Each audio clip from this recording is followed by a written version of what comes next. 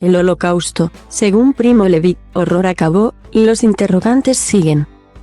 Primo Levi, Turín, 1919 Videm, 1987, mantuvo entre 1982 y 1986 una serie de conversaciones con el escritor Ferdinando Camon en las que el gran escritor del Holocausto reflexionó sobre su obra antes de su suicidio. Envuelto todavía en misterio. La traducción, inédita en España, se publica ahora en nuestro país en formato de libro breve por la editorial Altamarea. Coincidiendo con el Día Internacional en Memoria de las Víctimas del Holocausto, que se conmemora hoy. La traducción es obra de Carlos Humpert, Premio Nacional Italiano de Traducción. El título refleja bien el contenido: si existe Auschwitz, no puede existir Dios. Levi, químico de profesión, fue apresado por milicias fascistas cuando integraba un grupo de partisanos en el Valle de Aosta. El 13 de diciembre de 1943, cuando le dijeron que sería fusilado por ser partisano italiano, reveló su condición de judío. Sus captores le prometieron que le mantendrían prisionero y no le harían daño hasta el final de la guerra. Estuvo recluido en el campo de internamiento de Fossoli, cerca de Módena, sin mayores problemas, hasta que en febrero de 1944 fue entregado a los nazis y terminó en Monowitze, instalación del complejo de Auschwitz donde pasó 11 meses hasta que el campo de concentración fue liberado por las tropas soviéticas el 27 de enero de 1945. El libro, de poco más de 90 páginas, recoge en forma de entrevista, preguntas y respuestas, las diversas conversaciones que el escritor italiano Ferdinando Camon y Primo Levi mantuvieron en Turín. El primero, en un hotel, el último en casa de Levi y el resto en restaurantes de la zona. Levi murió unos meses después de la última de estas conversaciones, tras caer desde el rellano interior de su apartamento en un tercer piso en Turín.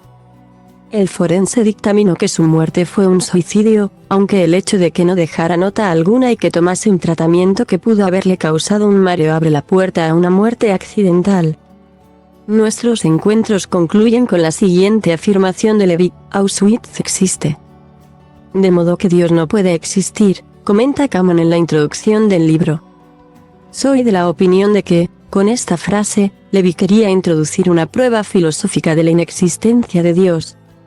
Una prueba que contraponer, por ejemplo, a las de Anselmo de Aosta. Camon, católico, plantea a Levi, judío de origen sefardí, cuestiones filosóficas de muy hondo calado. El autor de Si esto es un hombre, 1947, confiesa que la experiencia de Auschwitz fue de tal calibre para el que arrasó con cualquier resto de educación religiosa que pudiera tener. Más que una entrevista periodística al uso, se trata de un intercambio de reflexiones en el que Ferdinando Camon expone sus propias opiniones sobre el Holocausto, con las que Levi concuerda a menudo. Pero uno de los puntos de discrepancia cordial, eso sí, es el que atañe a las raíces de esta barbarie, que el entrevistador entiende como el último acto de una labor de separación y rechazo que hunde sus raíces en siglos anteriores. Camon cita como jalones previos de este proceso las conversiones forzosas y la época de los guetos.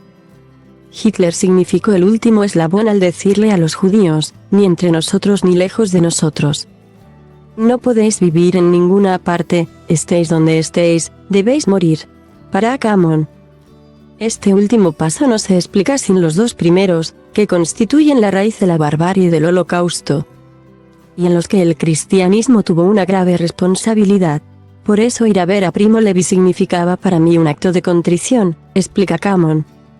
Para Primo Levi, sin embargo, hubo un salto cualitativo entre la Alemania de antes y después de Hitler, y atribuye a la turbia personalidad y a los encendidos discursos del dictador germano la catarsis que provocó entre la población.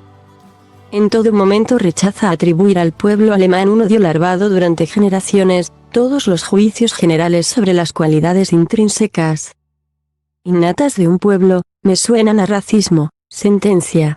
Y eso que confiesa que muchos alemanes que conoció en décadas posteriores a la guerra seguían justificando el nazismo.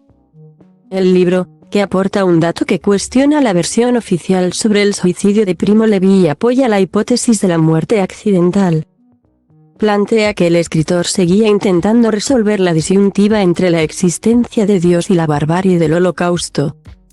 En una corrección al texto, Levy añadió una línea a bolígrafo: no encuentro solución al dilema. La busco, pero no la encuentro. Para Ferdinando Camon, que Levy reitere la busco después de haber escrito no la encuentro indica que la búsqueda no se detuvo por el hecho de no encontrar. Y que, por lo tanto, el resultado final no es el no encontrar, sino la búsqueda en sí misma. Que continúa. Conectaría así, de algún modo, con otro gran libro de otro superviviente del Holocausto, El hombre en busca de sentido, de Viktor Frankl,